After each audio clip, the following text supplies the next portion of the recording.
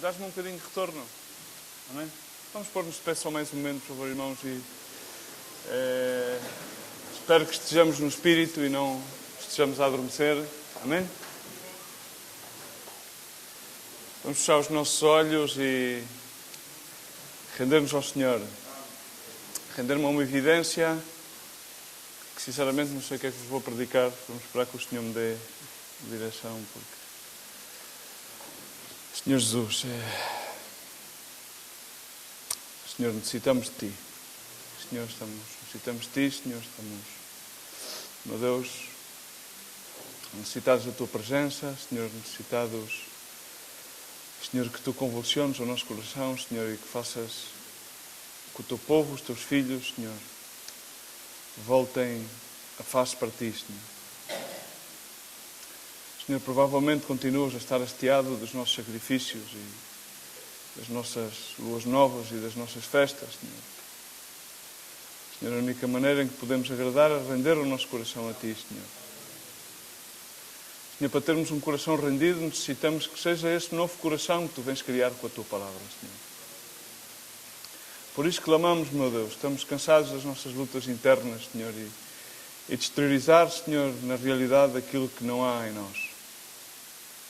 Por isso necessitamos uma intervenção sobrenatural do Teu Espírito Santo, Senhor, que venha transformar as nossas vidas, meu Deus. Que venha levar-nos à origem, Senhor, de uma igreja, meu Deus, de acordo, Senhor, a que Tu, Senhor, semeaste nesta terra, Pai. Senhor, perdoa-nos porque pervertemos a Tua igreja, Senhor, perdoa-nos, meu Deus, porque nos desviamos, Senhor, de Ti, do Teu caminho, Pai. Por isso pedimos que a Tua palavra possa vir às nossas vidas, meu Deus, e possa vir, Senhor, com amor e com misericórdia, meu Deus, a corrigir os nossos passos, Senhor, para fazer-nos voltar a Ti, Senhor, à plenitude da Tua presença, Pai. Abençoa a Tua palavra, Pai, no nome de Jesus Cristo peço. Amém e amém. Amém? Glória a Deus. Amém? Antes de compartilhar, gostaria de perguntar, dá-me um bocadinho de retorno, não ouço nada, se as pessoas tiverem... Não vou ter tendência para falar mais alto. Alguém se recorda daqueles que estavam, aquilo que eu compartilhei aqui o último domingo que cá estive? Que foi há 2 domingos, parece. Uma coisa que nós temos que entender é que a fé vem pelo ouvir e ouvir a palavra de Deus. Amém? Falámos sobre uma coisa que Deus quer fazer nova. Amém? Falámos sobre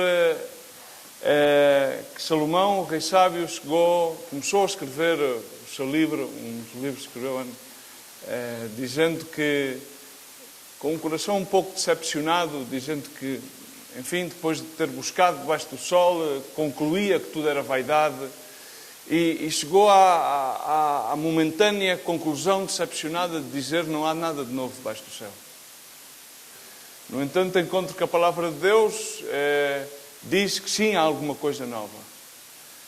O profeta Isaías, inspirado pelo Espírito Santo, palavra de Deus, dizendo vos farei um novo caminho, darei-vos um novo caminho. Em Ezequiel, a palavra de Deus ensina-nos, darei-vos um novo coração, um novo espírito. Amém?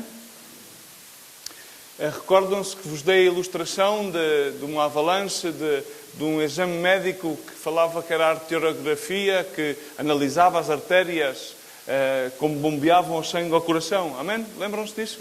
Alguém se lembra disso? Amém?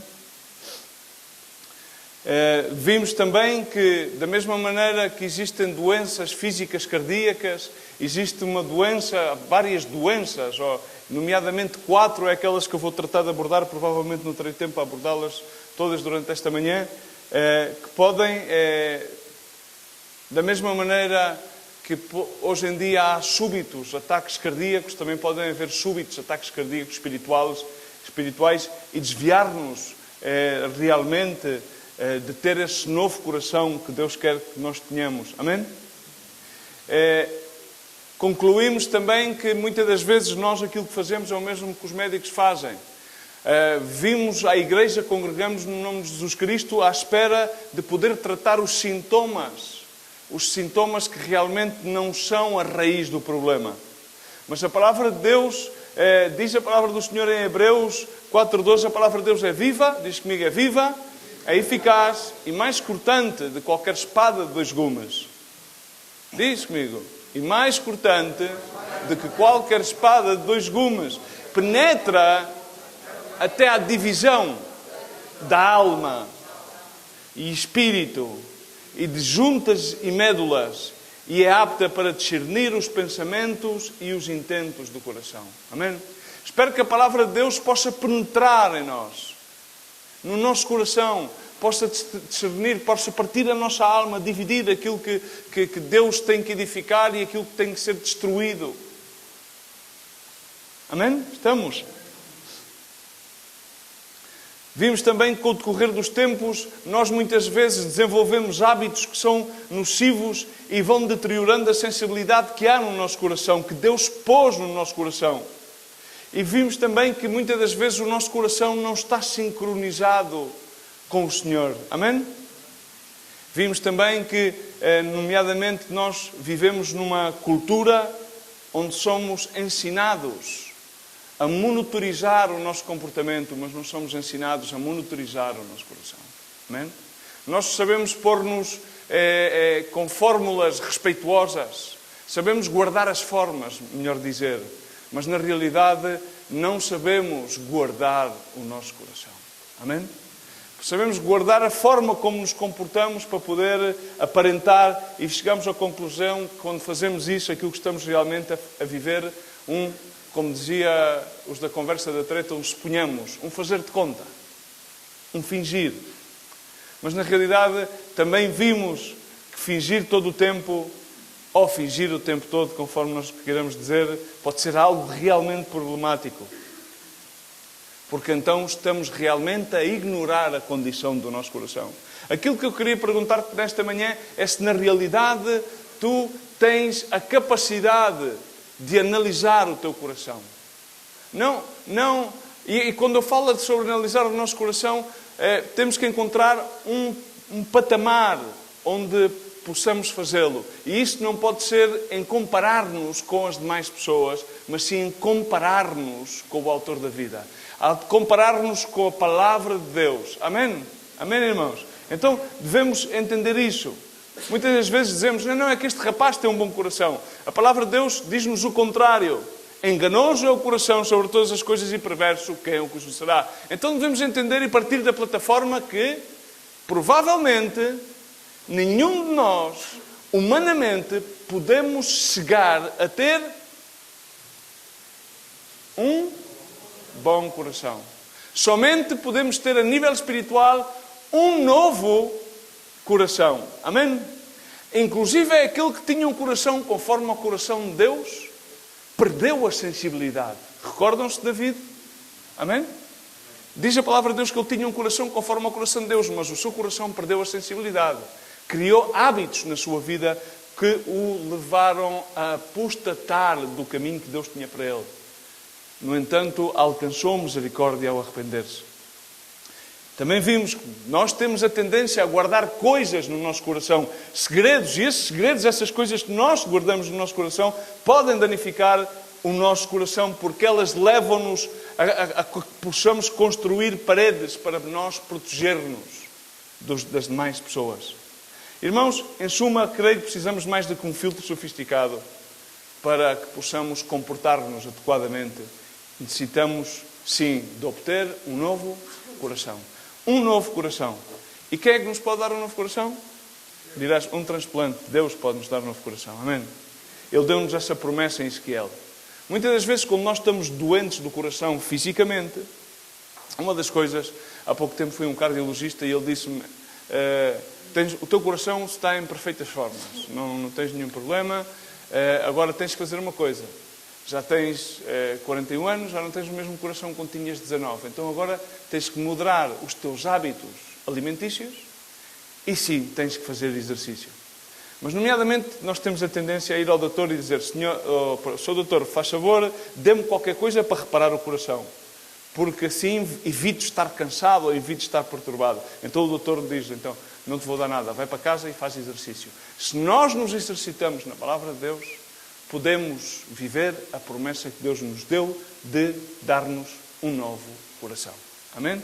Mas mesmo nesse novo coração, nós estamos predispostos a, muitas das vezes, contrair doenças. Estamos? E eu quero falar disso, de quantas doenças é que eu disse que ia falar? 4 doenças. A primeira doença, vou dizer-vos as 4 e depois vou começar pela primeira, a ver quanto tempo me dá para chegar à segunda ou à terceira. A primeira é a culpa. Culpa. Dirás, mas isso é uma doença? Sim, é uma doença. Estou a falar de doenças espirituais. Culpa. A culpa desenvolve nas nossas vidas um sentimento de eu devo fazer isto ou aquilo. Continuamente sentimos que devemos. Outra doença é a ira ou a raiva. Isso é manifestado por um contínuo sentimento: devem fazer isto ou devem fazer aquilo. A terceira é a ganância ou cobiça, em que há um profundo sentimento nas nossas vidas em dizer: eu estou em dívida para comigo. E a terceira doença, a quarta, é o ciúme ou inveja, onde na realidade nós temos um sentimento contínuo de dizer: Deus deve-me isto ou Deus deve-me aquilo. Vamos começar pela culpa. Há muitas expressões no nosso meio, no dia-a-dia, acerca do coração. Há muitíssimas dessas expressões. Mas, na realidade, muitas dessas expressões realmente manifestam o estado do nosso coração. Há muita gente que diz, por exemplo: ai, tenho um coração partido. Ai, vou derramar o meu coração em lágrimas. Ai, tenho um coração amargurado. Ai, o meu coração está rasgado. Ai, aquela pessoa arrancou-me o coração. Ai, tenho um coração duro, empedrecido. Ai, tenho um coração de pedra. Na realidade, aquilo que há no nosso coração, mais tarde ou mais cedo, termina-se por evidenciar. A palavra de Deus ensina-nos isto em Mateus 15:18. Diz: o que sai da boca procede do coração, e isso é aquilo que contamina o homem. Porque do coração, diz comigo, procedem os bons pensamentos. Vê lá se na tua Bíblia diz isso. Os maus pensamentos, os homicídios, adultérios, prostituição. Vocês, se me deram um reprise, eu continuo a ler. Se não deram, eu calmo. Vamos começar outra vez. Porque do coração, ponho com vocês, procedem os maus pensamentos, homicídios, mortes, adultérios, prostituição, furtos.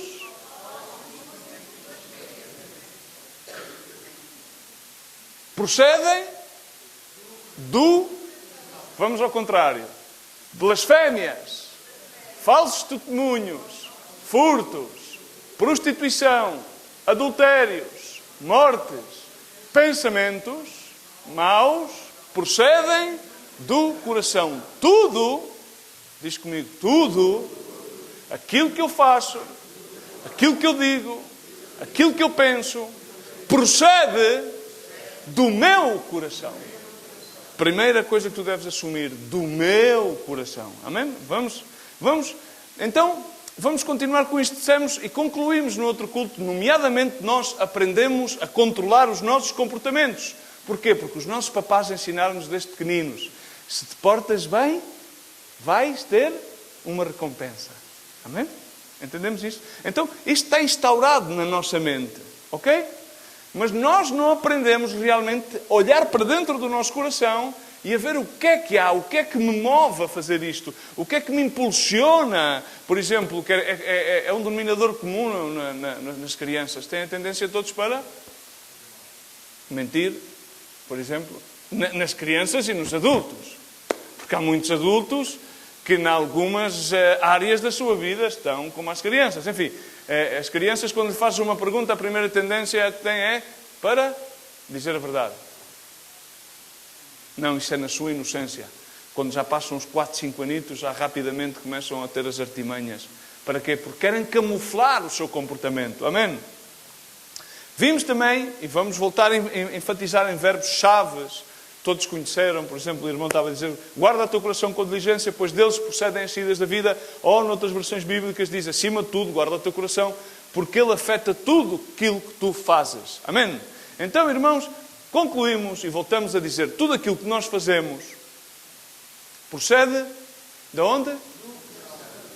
Do meu coração. Diz, do meu coração. Não é do coração do meu vizinho. Não é do coração da minha esposa. É ou não é? Estamos de acordo? Ok? Podemos acordar nisto?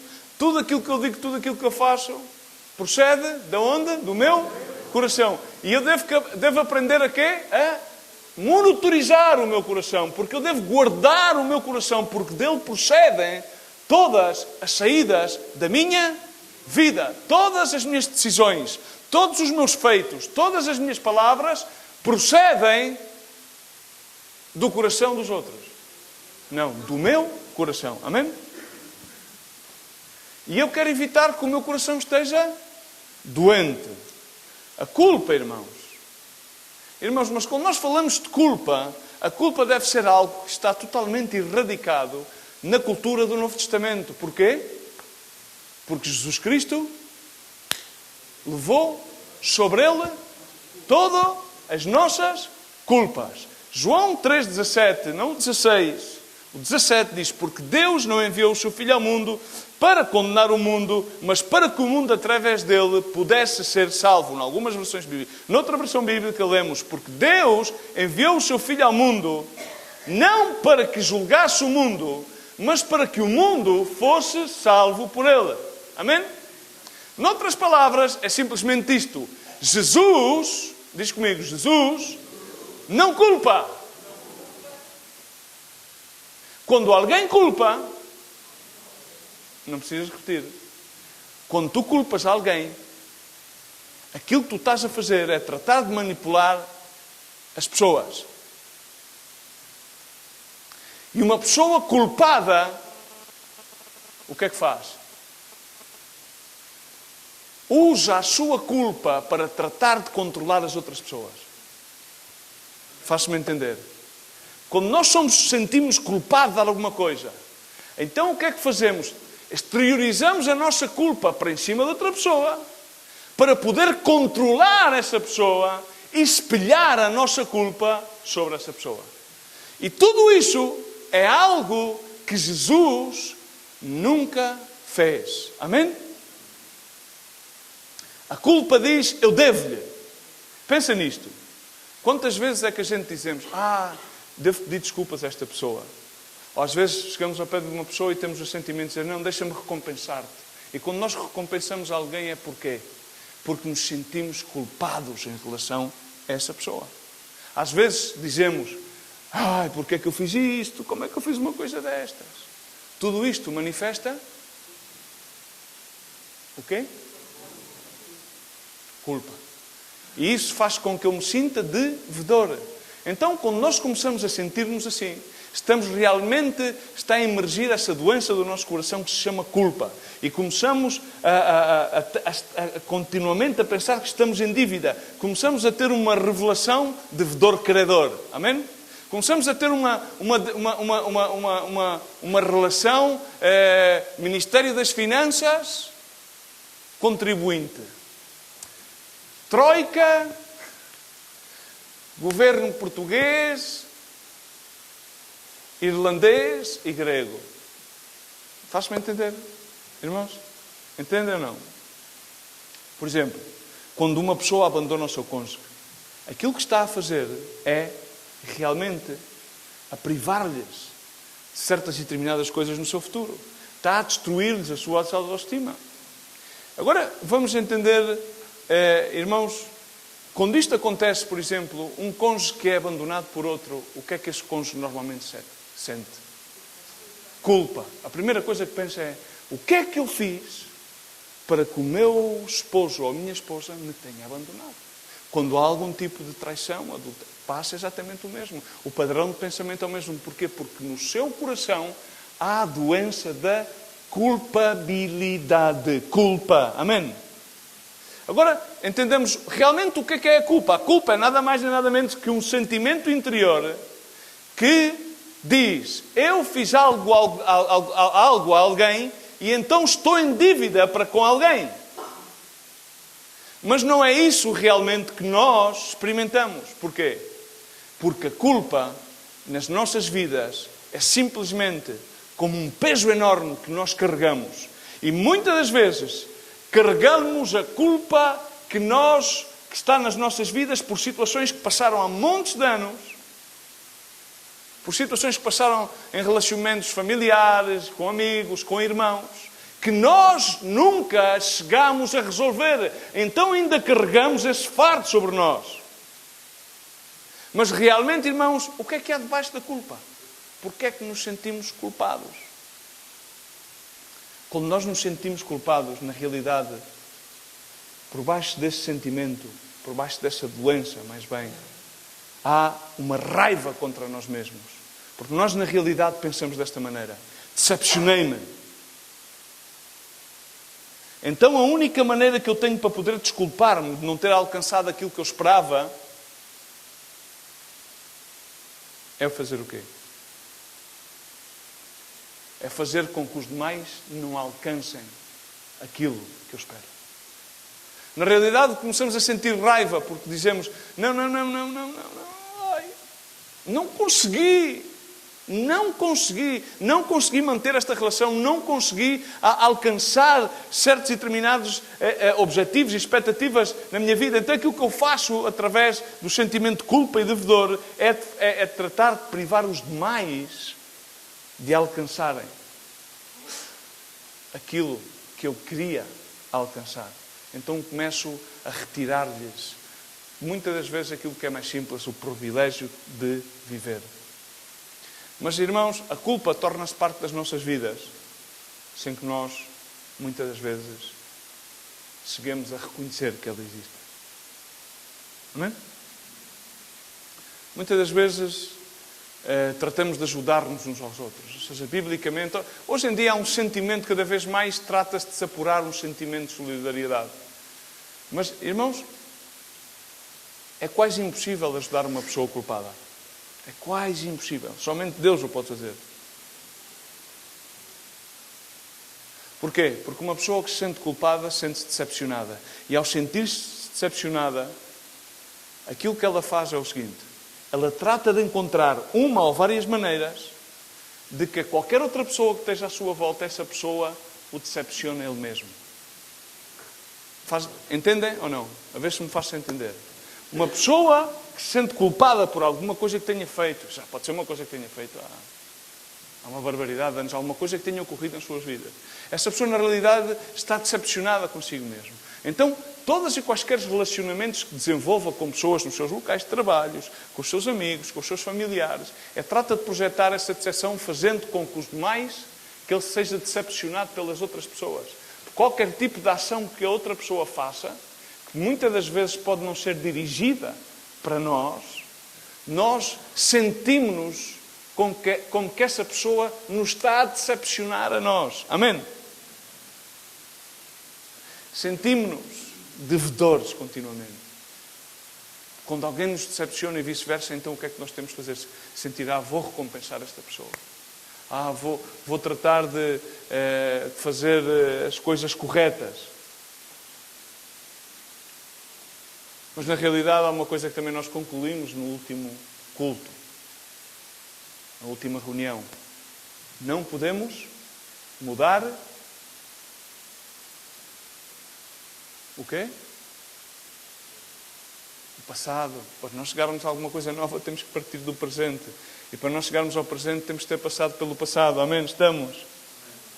Eu não posso mudar o passado. É verdade? A Bíblia diz que não.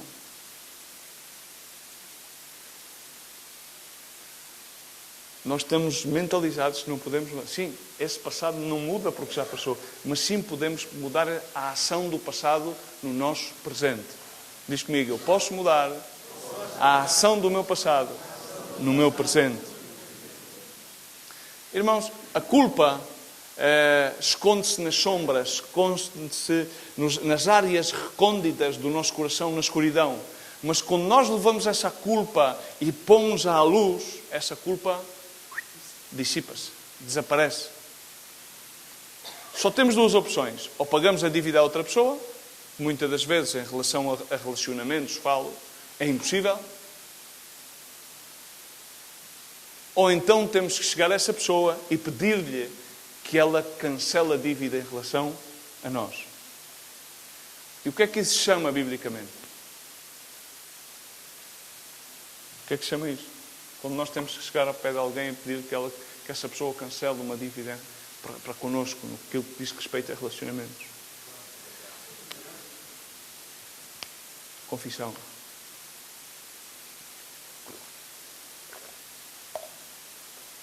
A confissão, unicamente a confissão pode sarar a culpa. Unicamente a confissão destrói o poder da culpa. Isso é trazer a culpa à luz. É como pôr um forte holofote, milhares de watts. Se nós formos ver a Bíblia em relação à confissão, vamos ver que Deus faz muito mais referências em que nos confessemos a outras pessoas. E eu quero que tu atentes bem a isto em relação à culpa. Porque na cultura evangélica desenvolveu-se um sentimento de confessar-nos privadamente a Deus. Mas se nós virmos atentamente na Bíblia, há muitas mais referências que Deus faz sobre confessar-nos a outras pessoas do que realmente confessar-nos a Deus. Amém? Porquê? Porquê é que isto acontecerá? Primeiramente porque Deus já sabe. Deus conhece o interior do nosso coração. Deus sabe aquilo que nós vamos fazer antes que nós mesmos façamos. Deus sabe aquilo que nós engendramos nos nossos pensamentos, nos lugares mais recônditos do nosso coração. E Deus sabe que somente podemos livrar-nos da culpa quando nós nos dirigimos à pessoa a quem nós ofendemos. Números 5, 6, diz a palavra do Senhor. Disse mais o Senhor a Moisés, diz aos filhos de Israel, quando homem ou mulher pecar contra o seu próximo, transgredindo os mandamentos do Senhor e tornando-se assim culpado, confessará o pecado que tiver cometido. E pela sua culpa fará plena, diz comigo, restituição.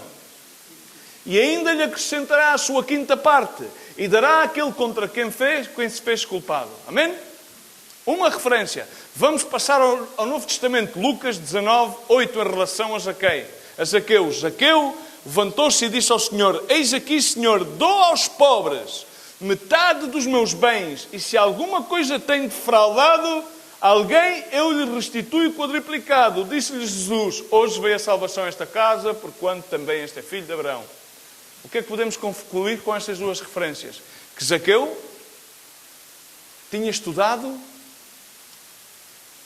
a lição. Amém? Amém? Estamos? Vamos a Mateus 5:23. Portanto, se estiveres apresentando a tua oferta no altar, e aí te lembrares de que o teu irmão tem alguma coisa contra ti, deixa ali diante do altar a tua oferta e vai conciliar-te primeiro com o teu irmão e depois vem apresentar a tua oferta. Amém? Isto tem a ver com confissão. E o que é que opera a confissão? Qual é que é a segunda parte da confissão? Começamos por lê-lo logo no primeiro versículo, no segundo. Restituição. Ok? Amém?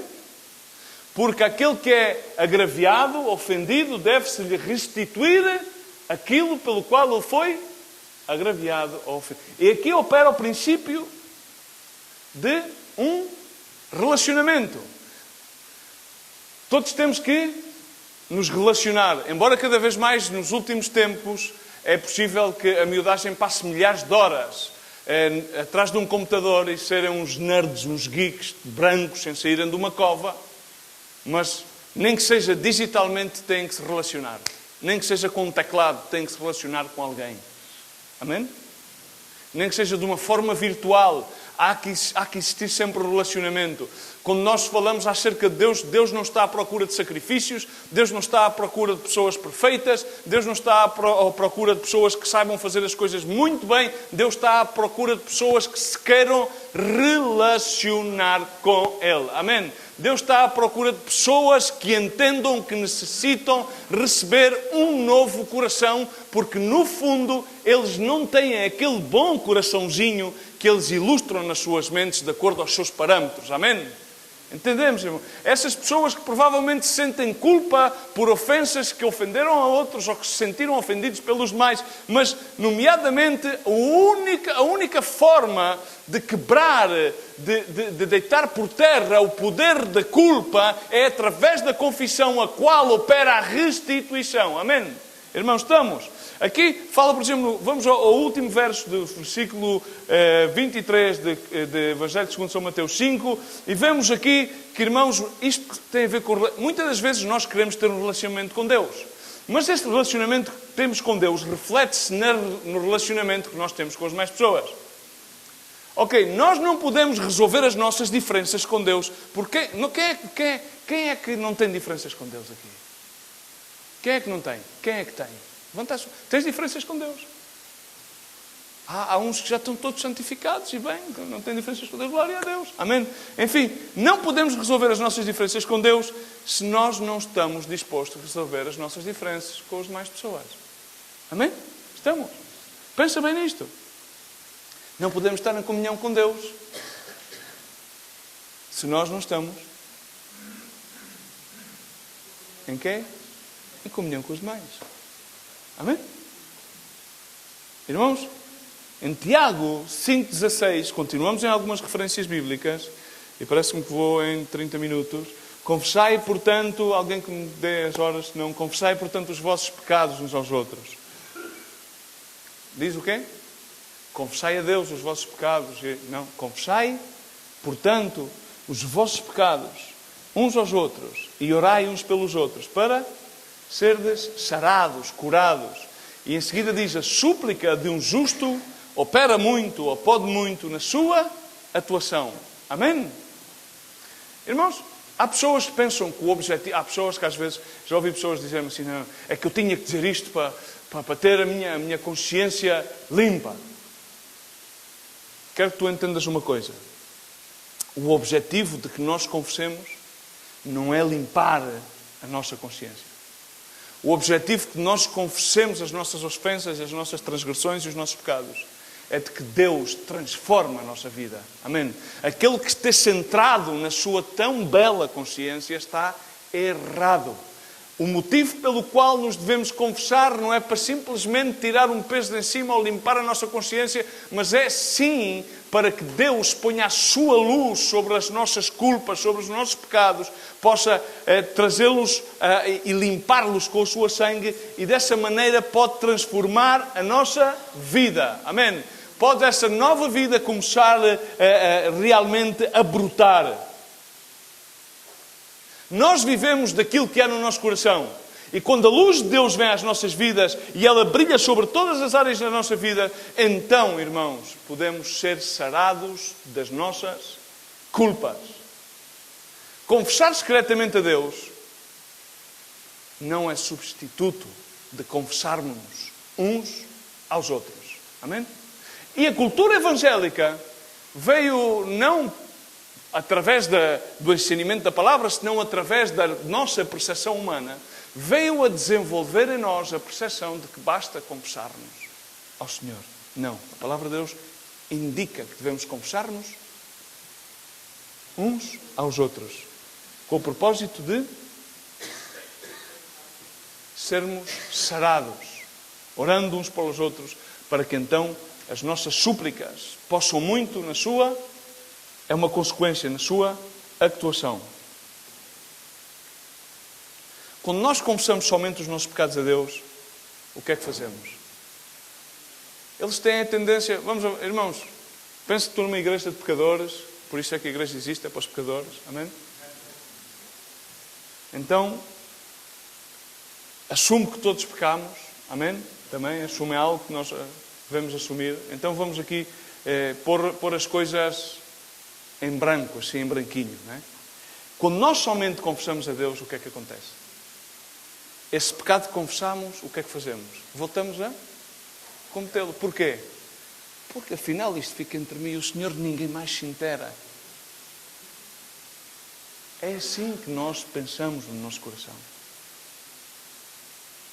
Porque essa confissão na realidade não mudou nada nas nossas vidas. Por exemplo, vamos dar um exemplo prático. A miudagem, eu já não estudo, mas a miudagem normalmente na escola depois tem a tendência de fazer os testes um bocado mais fáceis, levam umas cábulas, copiam, não é? Agora imagina que tu tens a audácia para confessar ao teu professor que copiaste no último teste. O teu professor vai providenciar e vai ajudar-te para que tu nos próximos testes não voltes a copiar. Amém?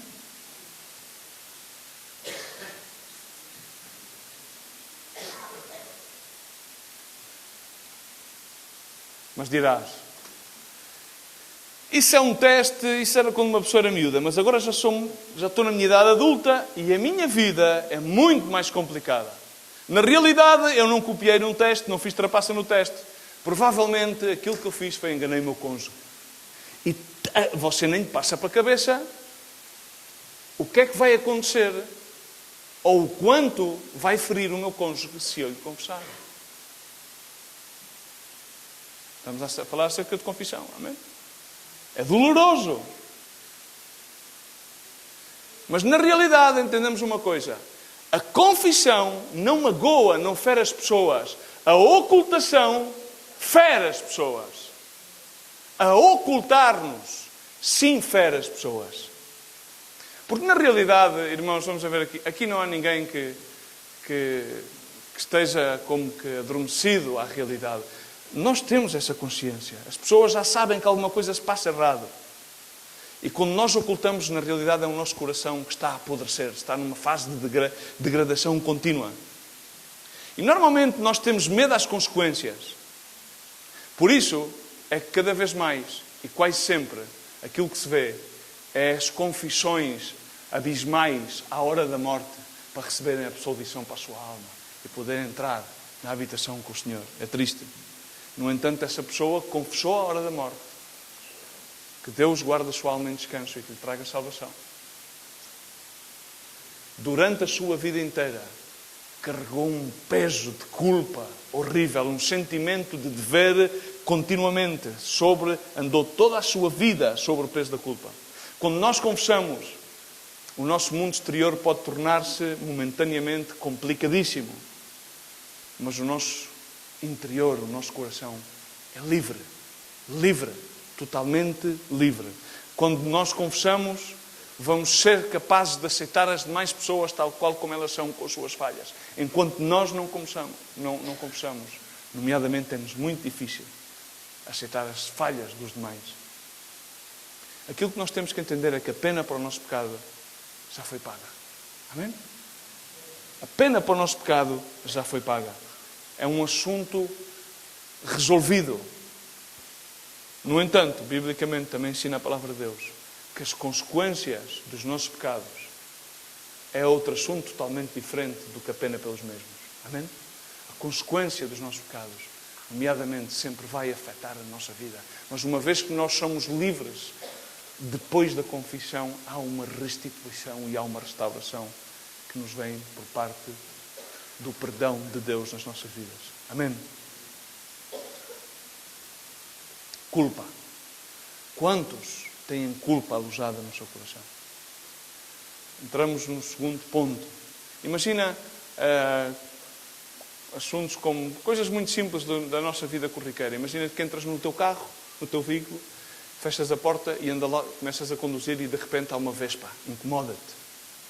Imagina que estás em casa e de repente notas que há um rato e isso incomoda-te. Imagina que vais deitar o lixo e abres ali o contentor e vês uma ou duas ratazanas. Qual é que seria a tua tendência em relação Estas pequenas coisas que podem acontecer, ou provavelmente já aconteceu a algum de nós. O que é que fazes?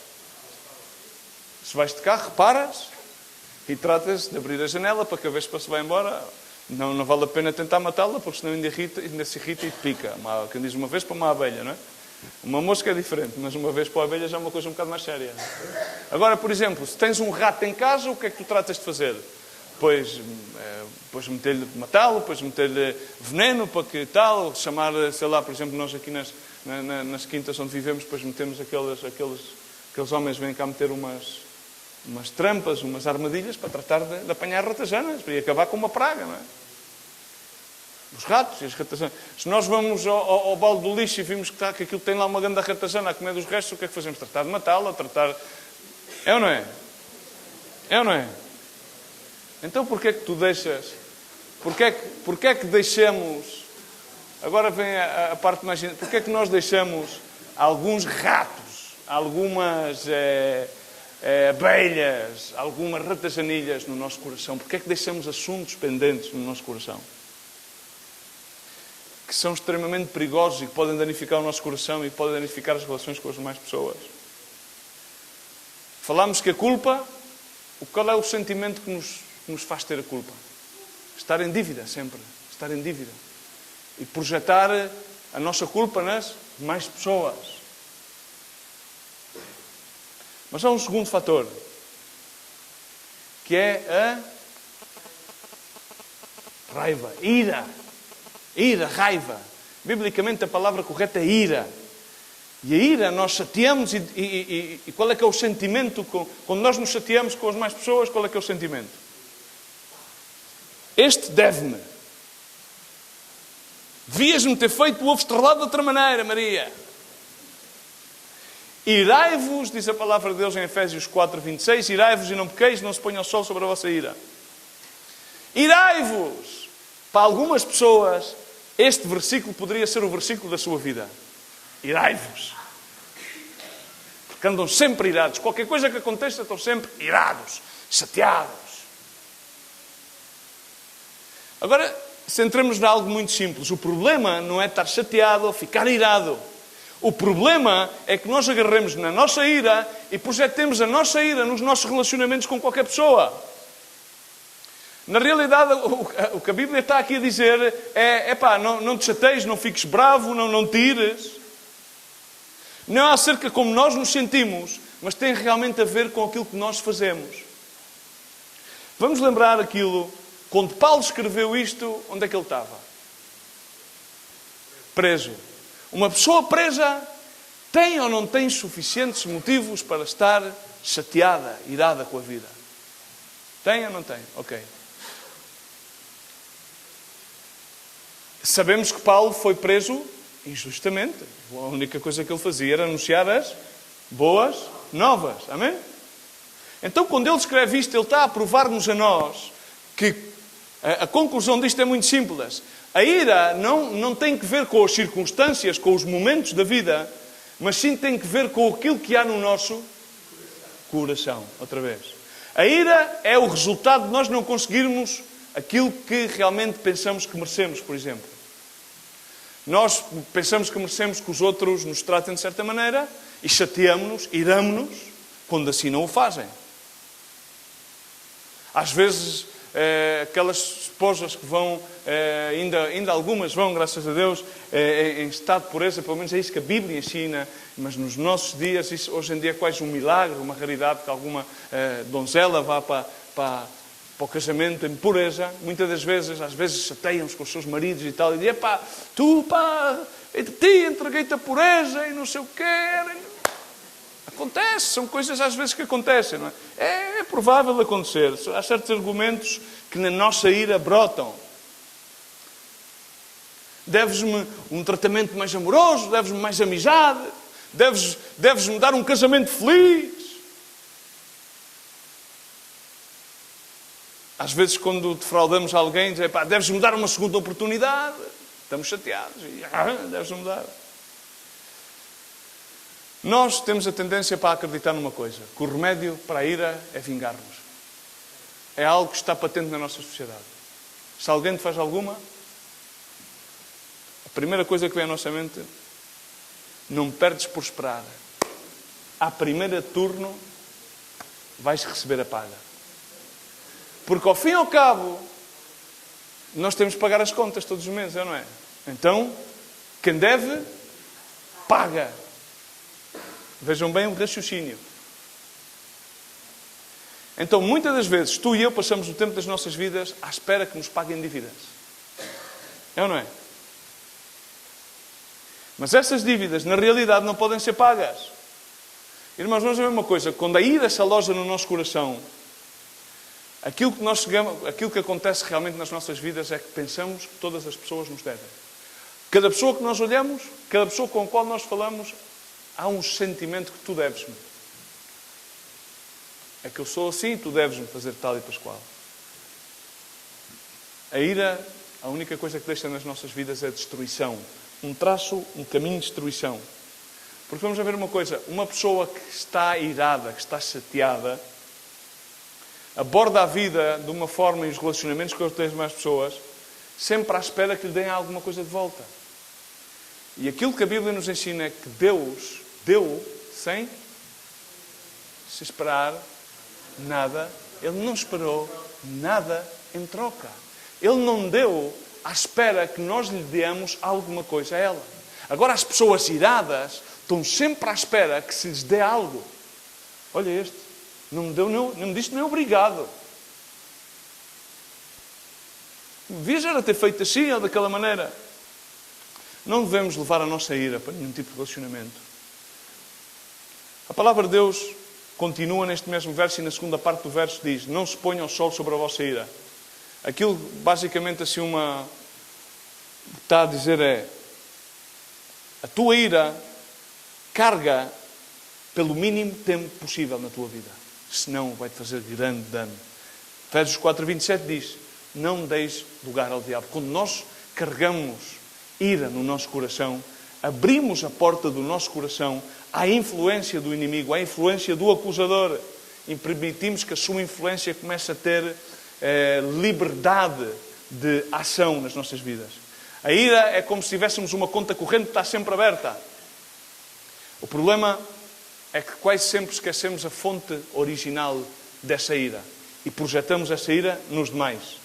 E há coisas nas nossas vidas que pode vir qualquer pessoa que não sabe o que é que aconteceu, que não nos conhece tão bem e que por qualquer palavra ou qualquer ação toca nesse extremo do nosso coração. E automaticamente a nossa reação é uma reação iracunda. Não se pode agradar a uma pessoa com ira. É impossível agradar a uma pessoa com ira. Mesmo que nós não tenhamos nada a ver com a ira que passa dentro do coração dessa pessoa. Se nós sentimos a necessidade de, às vezes, desculpar-nos, defender-nos das nossas atitudes, e muitas das vezes uma pessoa irada está sempre a... Não, mas é que isso é o lado da história do outro. Porque tu tens... Às vezes eu, ao ouvir conflitos, vem outra pessoa que, na realidade, foi a pessoa que teve uma atitude incorreta, e a primeira tendência é dizer: Não, eu tenho o direito a defender-me. Eu tenho que contar o meu lado da história. Uma pessoa iracunda tem é um padrão de comportamento. Porque toda e qualquer ação é nada mais nem nada menos que um justificativo para o estado do seu coração. Na realidade, a ira opera como uma muleta. E é uma muleta que está a tratar de tapar uma lesão antiga que existe nas nossas vidas, que já deveria estar sarada. Mas essa lesão antiga que nos faz coxear optou-se por um modo de vida. Optámos por passar a vida coxos, agarrados à muleta da ira. Efésios 4:31 diz a palavra de Deus: toda amargura, diz comigo, toda amargura e cólera, quanto tempo é que levo? E gritaria e blasfémia sejam tiradas dentre vós, bem como toda a malícia. 50 minutos. Okay. Certo? Toda a amargura, cólera, ira e gritaria, blasfémia sejam tiradas dentre vós, bem como toda a malícia. Paulo qual é que é o contexto disto?